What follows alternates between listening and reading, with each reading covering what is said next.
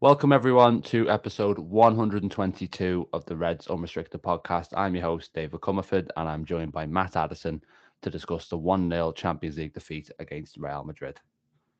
So, Liverpool beaten 1-0 on the night thanks to a Karim Benzema goal and beaten 6-2 in aggregate by Real Madrid. It's their heaviest aggregate defeat in the Champions League.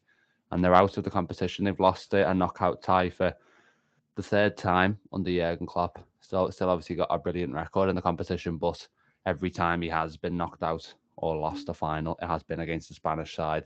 So that particular curse continues, and certainly the Real Madrid curse continues too. So Matt, will start as usual with a three-red match review. And before we get into the performance itself, I suppose just how you kind of feeling. We're recording the morning after the game. What are your sorts of emotions looking back at that one? Yeah, I mean, it's obviously disappointing, but I think it wasn't. The game wasn't lost last night, was it? The game was lost at Anfield with the collapse. I think even if Liverpool had squandered a two-goal lead and maybe drawn two each last night, could have been really interesting.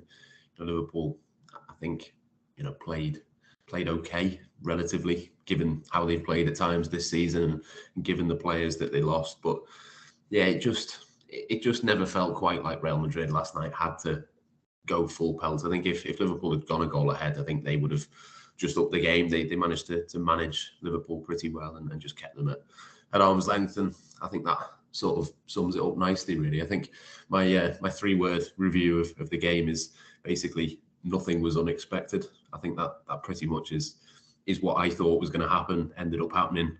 Real Madrid didn't really have to do much more. They didn't really have to sprint too many times or were put under pressure at any point. But without a proper midfield, without Liverpool playing at the peak, I think that's pretty much what all of us thought was going to happen. It was mission impossible. I think to get back into the game, to make it respectable. I think you come away and just say, well, last night at the Bernabeu, Liverpool did okay. They didn't embarrass themselves. The issue was really 3 weeks ago. Yeah, I'd have to agree with that. I think, my two-head review is very similar. I said damage already done because, you go into the Bernabeu with a 3-goal deficit. I mean, I think, if you flip the tie around, Liverpool had lost the first 5-2 in Spain and then coming back to Anfield, you give them more of a chance. But I think, especially going there, I mean, I remember seeing before the game that the analytical odds were 5 out of 100 or something for Liverpool to actually go through. So that kind of says everything, really. And I think as Liverpool fans, you look at, Istanbul, you look at Barcelona, you look at Dortmund, the other comebacks that we've had in Europe, and you think they give you hope. I mean, Champions League, a lot of it is kind of tapping into your history to give you belief or in set for certain other teams to kind of make you doubt yourselves, I suppose. So I think, I don't know if you were the same, Matt, but I feel like most Liverpool fans probably going into it thought in the back of their minds, not as a rational thought, but maybe something could happen just because it is Liverpool.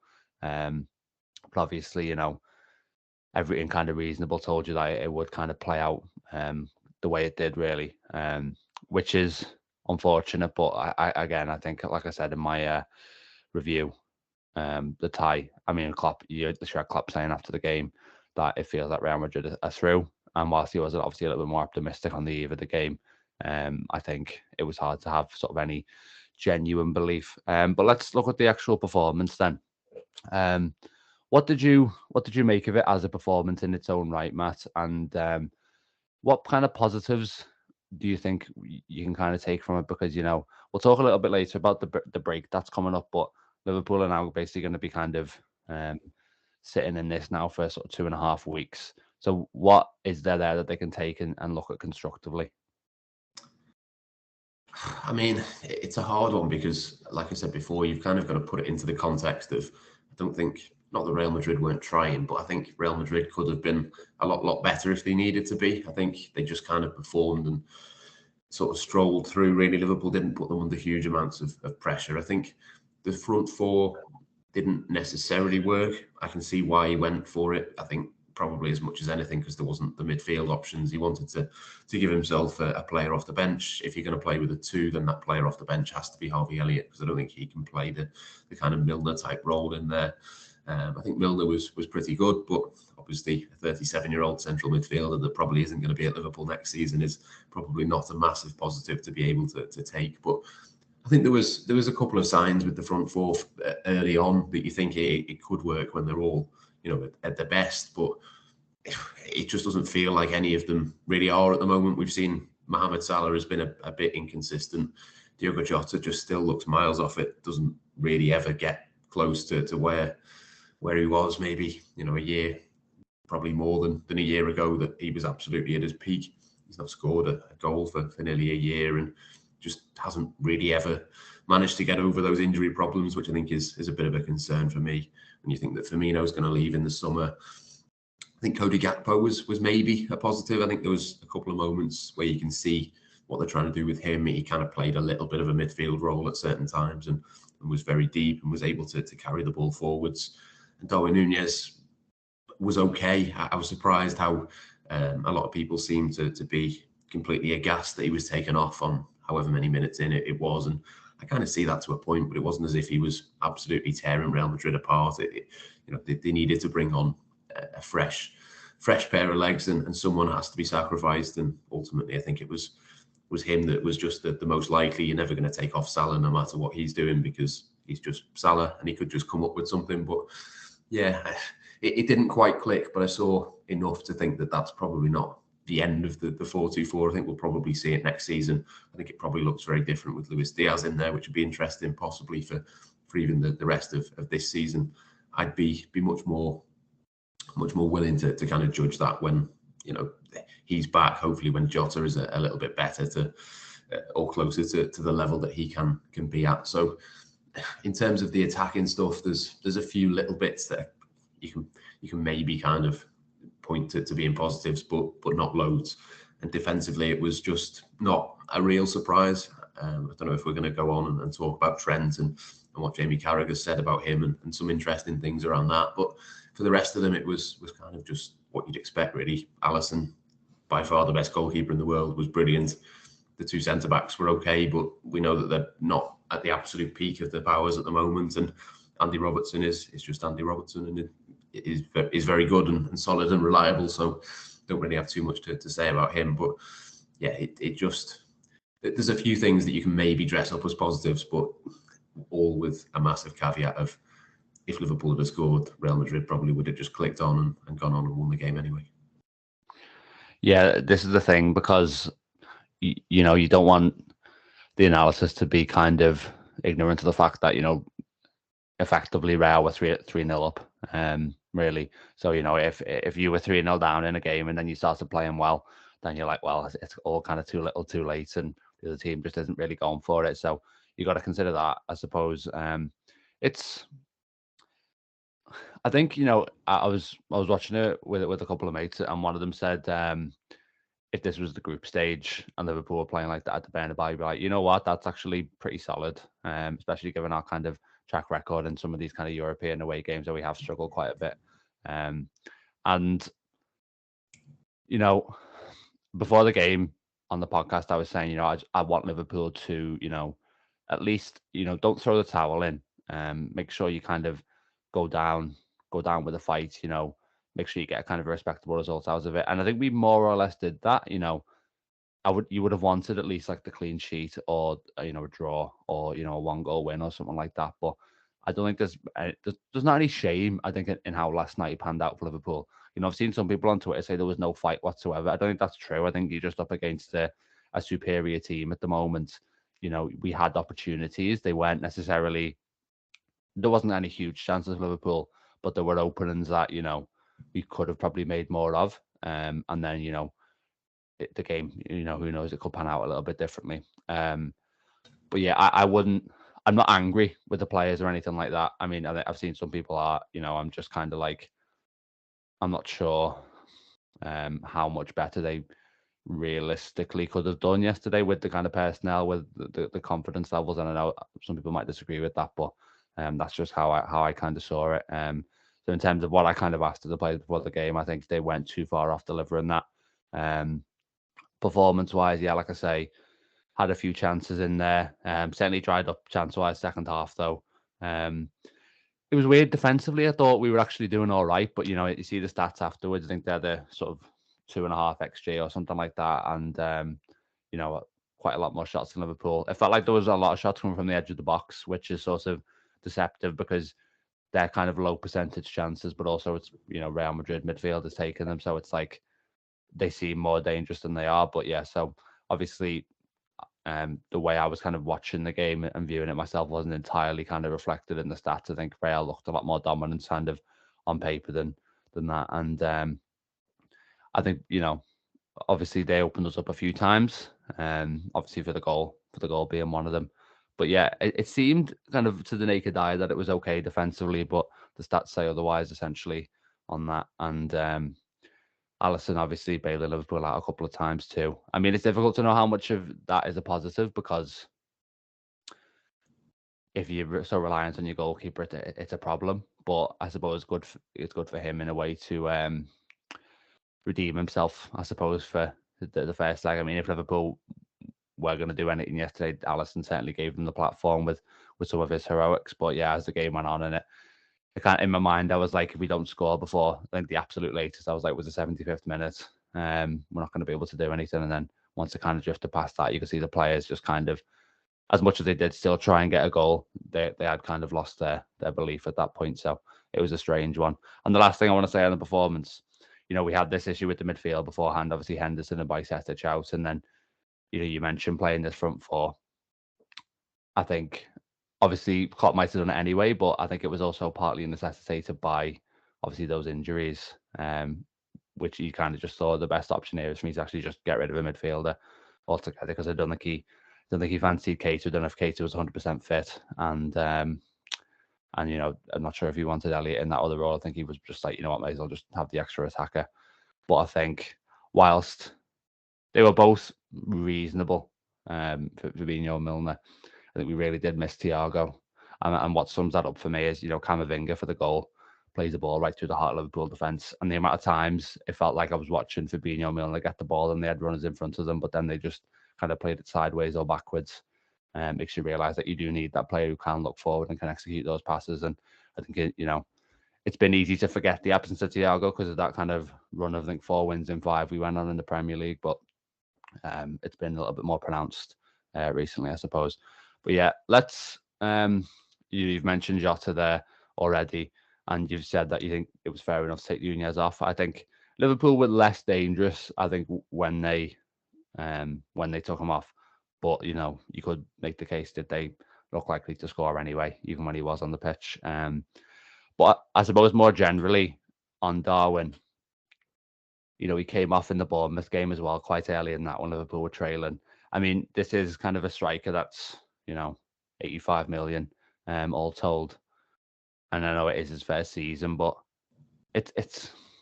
Would you say it's damning that Klopp has taken him off a few times when Liverpool are kind of, when the game's not settled, because it suggests maybe a little bit of a lack of faith? Possibly. It's a hard one to assess because obviously he is potentially a club record signing and you do have to assess it within that kind of parameter. But I don't know whether it's almost fair to do that because, like I said before, with Salah, you know that if Salah starts, he's probably going to finish the game because he's Salah. And that only leaves then 2 other players that you can sort of think about changing. If you've got, say, a front 3 of Salah, Gakpo and Nunez, if you've got Firmino and Jota to come off the bench, people would say, well, you've got to take 2 off to bring on those 2. If you don't bring on the 2, then he's not using his substitutes properly in that regard. So you have kind of got to pick at least 1 or 2 of them to change things up and move things around. And I don't think anyone really could reasonably argue that you should take off Salah before Nunez. I know there will be people who say that off the back of certain games, but I just don't think it's ever going to happen just because Salah is Salah, and I think you've got to keep him on the pitch, and I think it would almost create more problems to take him off than anything else. So I can see, the argument for Nunez is the one that can make those runs in behind. He's the one that can, without wanting to go back to the usual cliche of chaos, and he can kind of just create something from nothing. I think that is true to a certain extent, but it wasn't as if he was really doing that against Bournemouth. He wasn't doing that against Real Madrid. He had a couple of moments, but so did Salah. sort of Gakpo, it's just at the moment I don't think there's a big enough argument to keep him on the pitch all of the time. Maybe the argument is that the only way he improves and the only way he gets the goal that maybe wins a game for Liverpool later on, and that's what kickstarts the run of games where he starts scoring a load of goals. Maybe that's the argument for it. But I mean, even just in his positioning at the moment, I'm not 100% sure that's where he's going to end up as soon as Luis Diaz comes back. I think Diaz, when he's at full fitness, which will probably be next season rather than this season, but when Diaz is at full fitness and full sharpness, he's your left winger. Then what do you do with Darwin Núñez? I'm not quite sure exactly what the plan is, even in terms of where he starts. Forget how long he's on the pitch or all the rest of it. I think that there's still a lot of hope and a lot of promise with him, but I think there's still a lot of questions to be answered as well. So yeah, the fact that he's even playing off the left is because it wasn't really working through the middle and they had to try something else. And Cody Gakpo's come in and found this position in the middle. I don't know. At the moment, you've got to, if you're Darwin Núñez, you've got to get yourself into a position where you can make a reasonable argument that you should be on the pitch when Salah shouldn't be. At the moment, I don't think that's realistic to be able to do that. Well, you are right. There's definitely a conundrum there, especially if he's only going to persist with three attackers in terms of, it feels like Gakpo does kind of offer quite a beneficial skill set, kind of improving all the time with his ability to kind of drop deep.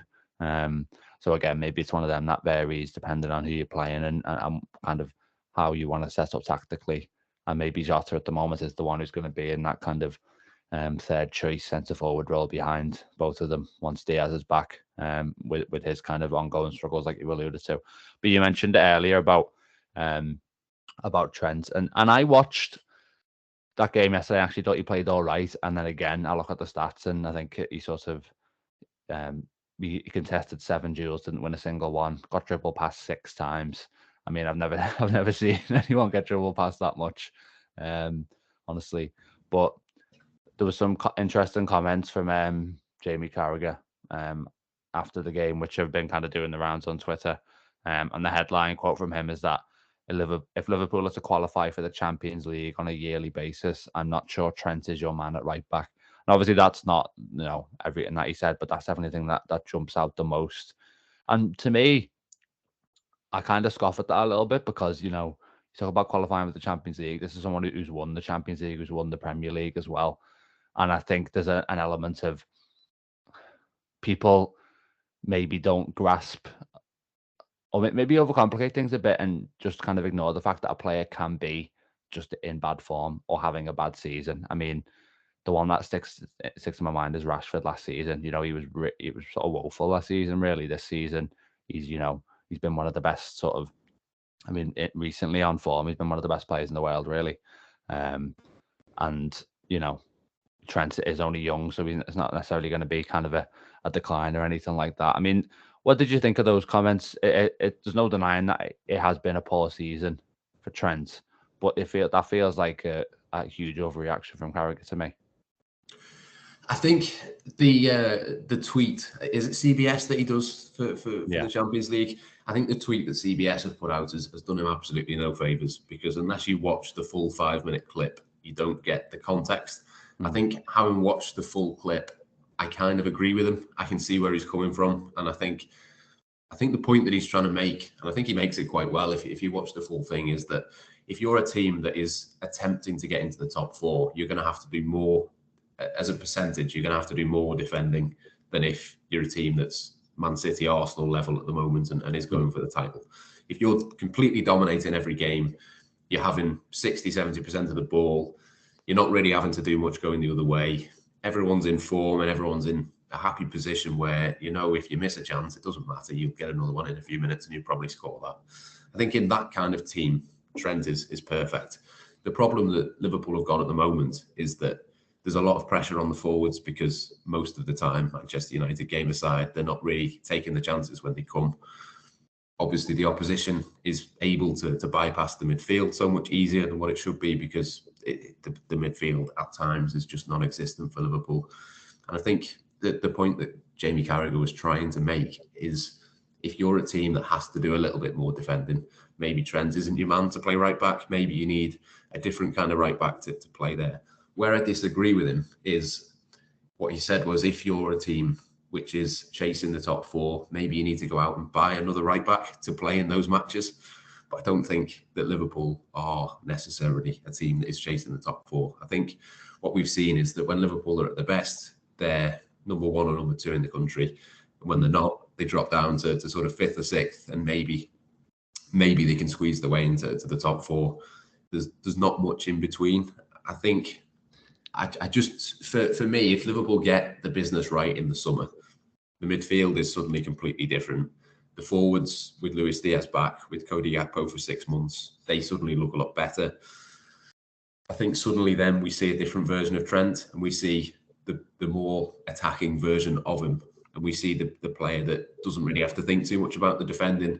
If Liverpool concede, it doesn't matter, because they'll probably score at least two at the other end anyway and win the game. I think the gist of the point from Carragher is spot on, but I don't agree that Liverpool should go out and buy someone, because I just don't think Liverpool will be this team next season.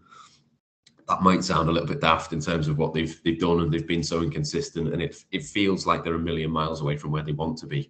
But I genuinely think if you put a couple of proper midfielders into that team, the rest of it completely transforms, and no more so than Trent. I think he is one that I think is much better when you can put him in a functioning team.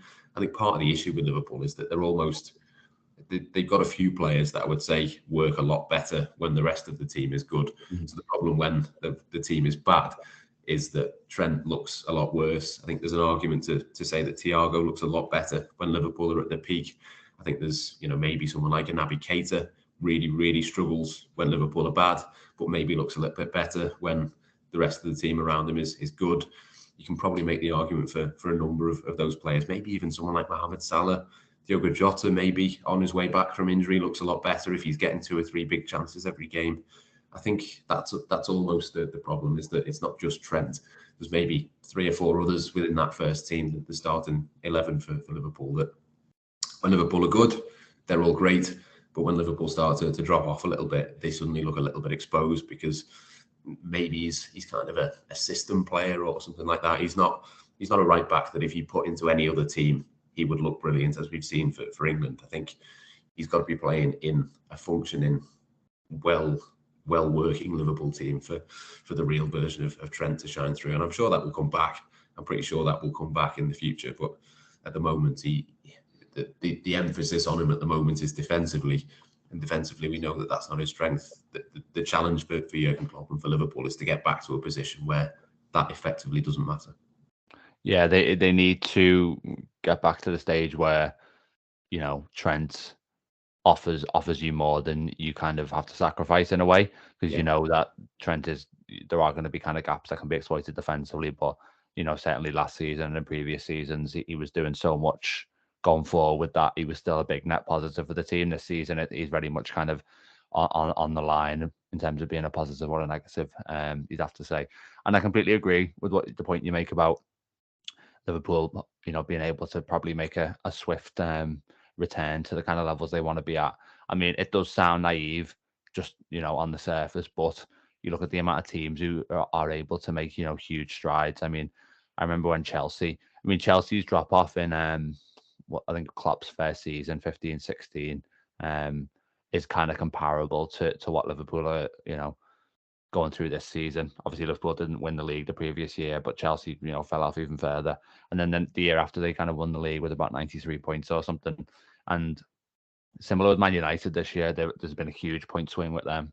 And, the thing with those two cases, yes, you change manager, but I don't think anyone thinks that a managerial change actually has to happen at Liverpool. I think it is more about investment. And if we get the kind of window that we're sort of being promised, then we should. I think the pieces are still in place. And I think you make a really interesting point as well about being able to kind of raise the collective level when you restore the functionality of the team as well. And you don't have to maybe read too much into the form of certain players this season on that basis. But I guess we'll say on that.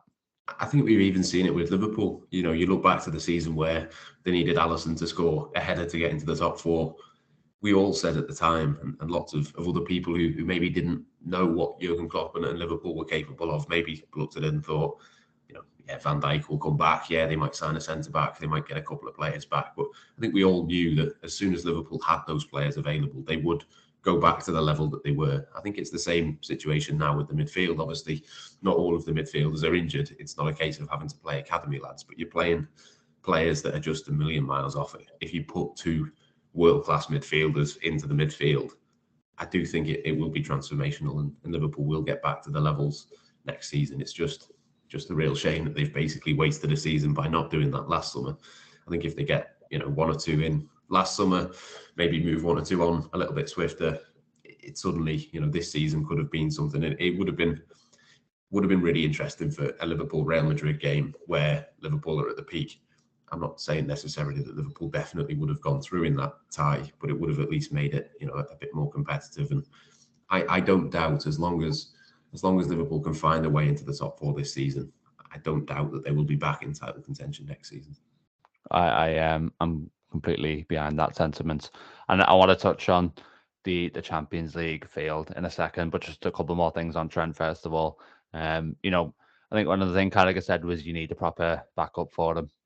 This season we did buy one. We bought a very young player in Ramsey. He's just been kind of hit by injury. You could argue that even if he had been fit, he wouldn't necessarily have been someone who could, come in for a game like this, for example, at this stage of his career. So, maybe you could make the case that we needed more of a Tsimikas figure in there. But, Liverpool, I think long term have kind of addressed that situation with Trent, just they've not been able to reap any benefits at this stage. And the other thing I'd say is inevitably the midfield thing is going to crop up again.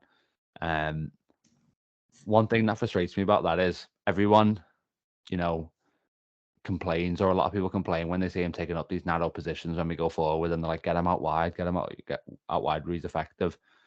So really, I think it's seen as a solution because it is kind of a fundamental change. But if you actually look at how Trent plays when he does function as kind of a number 8 in the game, he doesn't look to be at his best there. So to me, it's kind of like you're just kind of moving him, you haven't making him do less defending, but you're not kind of going to get any attack and reward for that. So it's kind of a nothing change, it seems, on that basis. But, who knows? Maybe it will get tried at some point, and we'll actually be able to make a judgment instead of just kind of having these kind of hypothetical conversations all the time about it. But yeah, just a couple more things to address really before we finish.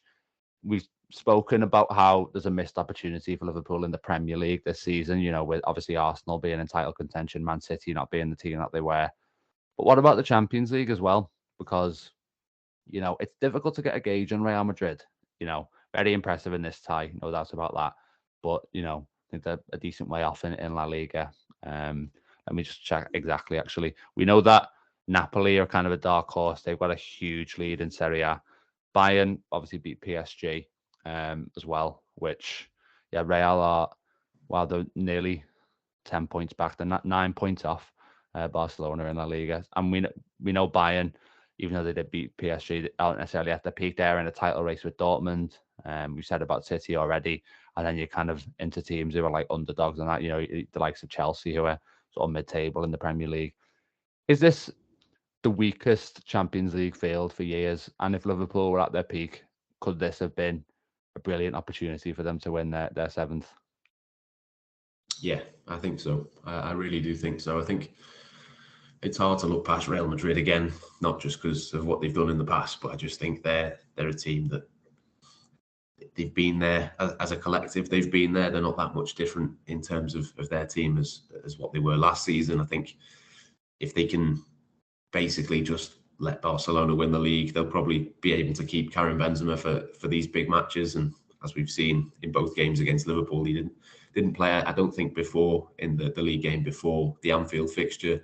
Then he comes back in and scores, and then last night again he didn't play at the weekend for Real Madrid, but then he comes in and plays in the big ones. I think they'll fancy themselves to go all the way. I think if you're Manchester City, you look at it and think they'll never get a better chance to go and go on and win this. Napoli have got a decent lead in Serie A and could maybe do something. I think they're certainly one of the most exciting and best teams in Europe at the moment. I think whoever they face next in this competition, it would be a big test.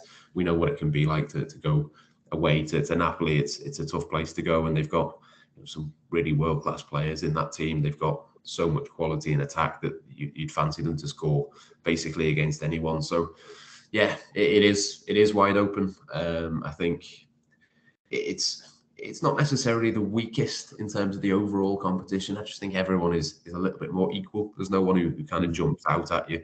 That's why I think Real Madrid, for me, are the favourites to go on and win it. And Liverpool would have been, had they been at their peak and had they been able to go on. Because I think one of the big things with the Champions League, as we've seen with City, we've seen it with PSG, one of the biggest things is that you just need to have that knowledge and the experience of being able to go through. And Liverpool have played in so many finals. They've got the experience of coming back even when they've been behind. They've had this group have been there and done it before. And I think for me, obviously City will win it eventually, but I think you'd look at a Liverpool or a Real Madrid and just being able to have that nous to be able to go all the way. I think there's no outstanding candidate at the moment, but I think Real Madrid, City, Napoli, Bayern, they're all reasonably similar in terms of quality. It's just who's got the experience to go all the way. Well, it's Real Madrid, isn't it? So I think if you're City, you'd be disappointed if you didn't go on and win it, because it has kind of opened up a little bit for them. But yeah, for Liverpool, it's an opportunity missed. I know City are always regarded with the bookies as being better favourites for the Champions League than Liverpool, but history has suggested that that's probably not always going to be the case. Yeah, it's interesting, isn't it? We speak so much about how unfortunate his Liverpool team is to have come up against Pep Guardiola's Man City, one of the best Premier League teams ever. But then you talk about the timing of being successful, but the timing of being unsuccessful, the timing of your failures as well is quite important, and it's particularly inopportune this season. You'd have to say, not that you could have too much sympathy for Liverpool, because they've kind of squandered their position a little bit with their failure to invest. But one last thing then, Matt, before we finish. Let's think about the rest of the season. Now that there's no Champions League, we've got a break until the 1st of April before our next game. And then we're going to have, obviously, the free midweeks for most of the season, which is a luxury we've not really had, and brings us in line with Spurs and Newcastle and potentially even Brighton. These are teams kind of around us in the table. So how do you see kind of the dynamics, in the next couple of weeks? How might this break affect things? And yeah, what about the rest of the season with the reduced fixture congestion? Yeah, I mean, you can look at it two ways, can't you? I always think with this Liverpool team, they're actually better when they're on a bit of a roll. I think we saw that a little bit last season. If they can just play without having to think about these things, and they've got a full squad and they can rotate and keep a few players fresh and just go sort of Saturday, Wednesday, Sunday, Tuesday, whatever. I think that can be a little bit better at certain times. I think possibly the argument is reversed this time. As we've been recording this, it's been confirmed that Stefan Bajcetic is out for the rest of this season. Liverpool's midfield just completely decimated at the moment. So maybe the lack of fixtures is what they're going to need. Maybe if they can get Thiago back, we still don't know exactly the extent of his injury. I wouldn't necessarily be surprised if Naby Keita didn't play again for Liverpool for the rest of the season, even if he's fit.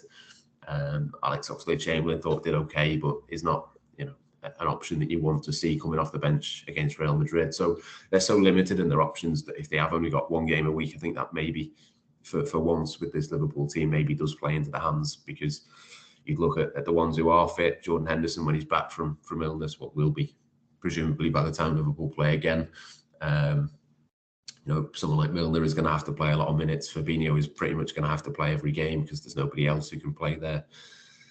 They are going to have to go with the same tried and tested players, and they are going to have to just try and eke something out for the rest of the campaign. I think it's a little bit unfortunate in terms of the fixtures, that you think that the next 3 or 4 games are going to be really important in terms of what happens after the first couple of games after the international break are going to be massive. You look at Spurs and see what they do after those games, but Liverpool going away to City, away to Chelsea, and then having Arsenal. That's a big week. It's a big ask for Liverpool to get maybe 7 points out of those games, but that might be what they need to get themselves into a good position. I'd probably take 5 points, but it's yeah, it's a big week, and it's a big week when you've not really got many options to change. If you're asking, what will it be, a midfield of Henderson, Fabinho, and Elliott to play all three of them pretty much 90 minutes 3 times in the space of 9 days, that's a big ask. So yeah, they in answer to your question, they could probably do with the rest in terms of the rest of this season, but I don't know. I'm not. There's so little in terms of that midfield. It might come down to what happens in those 3 games. It might come down to, can Thiago play a little bit of football? It might come down to how fit is Luis Diaz and how sharp does he look? Can Diogo Jota score the winner against City and then get a boost and go on a little bit of a run? It's going to come down to little details. I think it's almost, 50-50 whether Liverpool makes the top 4 or not. Yeah, and obviously that injury is kind of typical of the season. You'd have to say the player who's emerged because of injuries gets injured himself, and that really does sum it up. But yeah, that'll wrap us up for this episode. If you enjoyed the podcast and you're listening on Spotify, please do give us a 5-star review or a positive review on Apple Podcasts. You can also follow the podcast so it appears in your feed and press the notification button too. We'd really appreciate it. And similarly on YouTube, because we upload our podcasts in video form as well, you can like the video, leave a comment, subscribe to the channel, and again, press that notification button. Any sort of interaction like that, we'd really appreciate. And if you have any questions that you want us to answer on the podcast or comments, things like that, we've got an email address too, which is redsunrestrictedpodcast@gmail.com. So you can just leave a message for us there. But yeah, thanks very much for listening. We'll be back during the international break. But until then, take care.